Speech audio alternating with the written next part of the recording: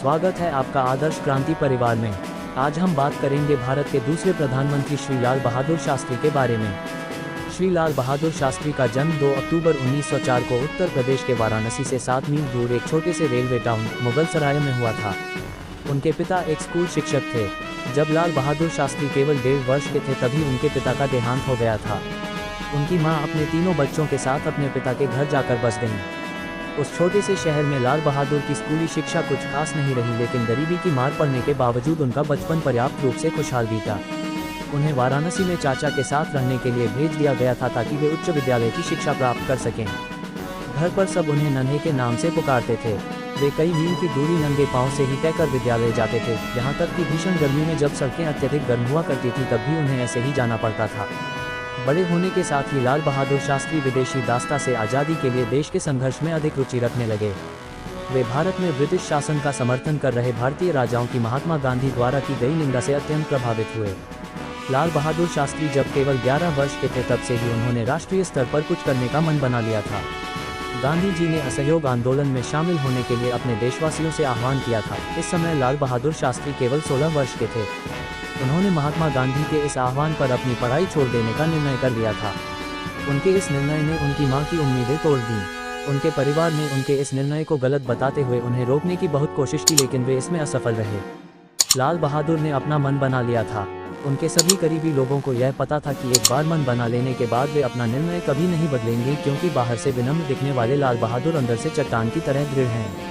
Lal Bahadur Shastri British शासन की अवज्ञा में स्थापित किए गए कई राष्ट्रीय संस्थानों में से एक वाराणसी के काशी विद्यापीठ में शामिल हुए। यहाँ वे महान विद्वानों एवं देश के राष्ट्रवादियों के प्रभाव में आए। विद्यापीठ द्वारा उन्हें प्रदत्त स्नातक की डिग्री का नाम शास्त्री था, लेकिन लोगों के दिमाग में यह उनके नाम के एक भाग के रूप में बस गया। 1927 में उनकी शादी हो गई। उनकी पत्नी ललिता देवी मिर्जापुर से थीं, जो उनके अपने शहर के पास ही था। उनकी शादी सभी तरह से पारंपरिक थी। दहेज के नाम पर एक चरखा एवं हाथ से बुने हुए कुछ मीटर कपड़े थे। वे दहेज के रूप में इससे ज़्यादा कुछ और नहीं चाहते थे। 1930 में महात्मा गांधी ने नमक कानून को तोड़ते हुए दांडी यात्रा की।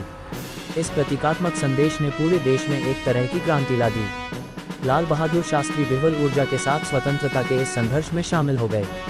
उन्होंने कई विद्रोही अभियानों का नेतृत्व किया एवं कुल 7 वर्षों तक ब्रिटिश जेलों में रहे। आज़ादी के इस संघर्ष ने उन्हें पुनर्तः परिपक्व बना दिया। आज़ादी के बाद जब कांग्रेस सत्ता में आई, उससे पहले ही राष्ट्रीय संग्राम के नेता विनीत एवं नम्र लाल बहादुर शास्त्री के महत्व को समझ चुके थे। 1946 में जब कांग्रेस सरकार का गठन हुआ तो इस छोटे से डायनामो को देश के शासन में रचनात्मक भूमिका निभाने के लिए कहा गया। उन्हें अपने गृह राज्य उत्तर प्रदेश का संसदीय सचिव नियुक्त किया गया और जल्द ही वे गृह मंत्री के पद पर भी आसीन हुए। कड़ी मेहनत करने की उनकी क्षमता एवं उनकी दक्षता उत्तर प्रदेश में एक लोकोक्ति बन गई। वे 1951 में नई दिल्ली आ गए एवं केंद्रीय मंत्रिमंडल के कई विभागों का प्रभार संभाला। रेल मंत्री, परिवहन एवं संचार मंत्री, वाणिज्य एवं उद्योग मंत्री, गृह मंत्री एवं नेहरू जी की बीमारी के दौरान बिना विभाग के मंत्री रहे। उनकी प्रतिष्ठा लगातार बढ़ रही थी। एक रेल दुर्घटना जिसमें कई लोग मारे गए थे के लिए स्वयं को जिम्मेदार मानते हुए उन्होंने रेल मंत्री के पद से इस्तीफा दे दिया था। देश एवं संसद ने उनके इस अभूतपूर्व पहल को काफी सराहा। तत्कालीन प्रधानमंत्री पंडित नेहरू ने इस घटना पर संसद में बोलते हुए लाल बहादुर शास्त्री की ईमानदारी एवं उच्च आदर्शों की काफी तारीफ की। उन्होंने कहा कि उन्होंने लाल बहादुर शास्त्री का इस्तीफा इसलिए नहीं स्वीकार किया है कि जो कुछ हुआ वे इसके लिए जिम्मेदार हैं, बल्कि इसलिए स्वीकार किया है क्योंकि इससे संवैधानिक मर्यादा में एक मिसाल कायम होगी। रेल दुर्घटना पर लंबी बहस का जवाब देते हुए लाल बहादुर शास्त्री ने कहा, शायद मेरे लंबाई में छोटे होने एवं नम्र होने के कारण लोगों को लगता है कि मैं बहुत दृढ़ नहीं हो पा रहा हूँ। यद्यपि शारीरिक रूप से मैं मजबूत नहीं है, लेकिन मुझे लगता है कि मैं आंतरिक रूप से इतना कमजोर भी नहीं हूँ। अपने मंत्रालय के कामकाज के दौरान भी वे कांग्रेस पार्टी से संबंधित मामलों को देखते रहे एवं उसमें अपना भरपूर योगदान दिया। 1952, 1957 एवं 1962 के आम चुनावों में पार्टी की निर्णायक एवं जबरदस्त सफलता में उनकी सांगठनिक प्रतिभा एवं चीजों को नजदीक से परखने की उनकी अद्भुत क्षमता का बड़ा योगदान था। 30 से अधिक वर्षों तक अपनी समर्पित सेवा के दौरान लाल बहादुर शास्त्री अपनी उदात्त निष्ठा एवं क्षमता के लिए लोगों के बीच प्रसिद्ध हो गए। विनम्र, दृढ़, सहिष्णु एवं जबरदस्त आंतरिक शक्ति वाले शास्त्री जी लोगों के बीच ऐसे व्यक्ति बनकर उभरे जिन्होंने लोगों की भावनाओं को समझा। वे दूरदर्शी थे जो देश को प्रगति के मार्ग पर लेकर आए। लाल बहादुर शास्त्री महात्मा गांधी के राजनीतिक शिक्षाओं से अत्यंत प्रभावित थे। अपने गुरु महात्मा गांधी के ही लहजे में एक बार उन्होंने कहा था, मेहनत प्रार्थना करने के समान है।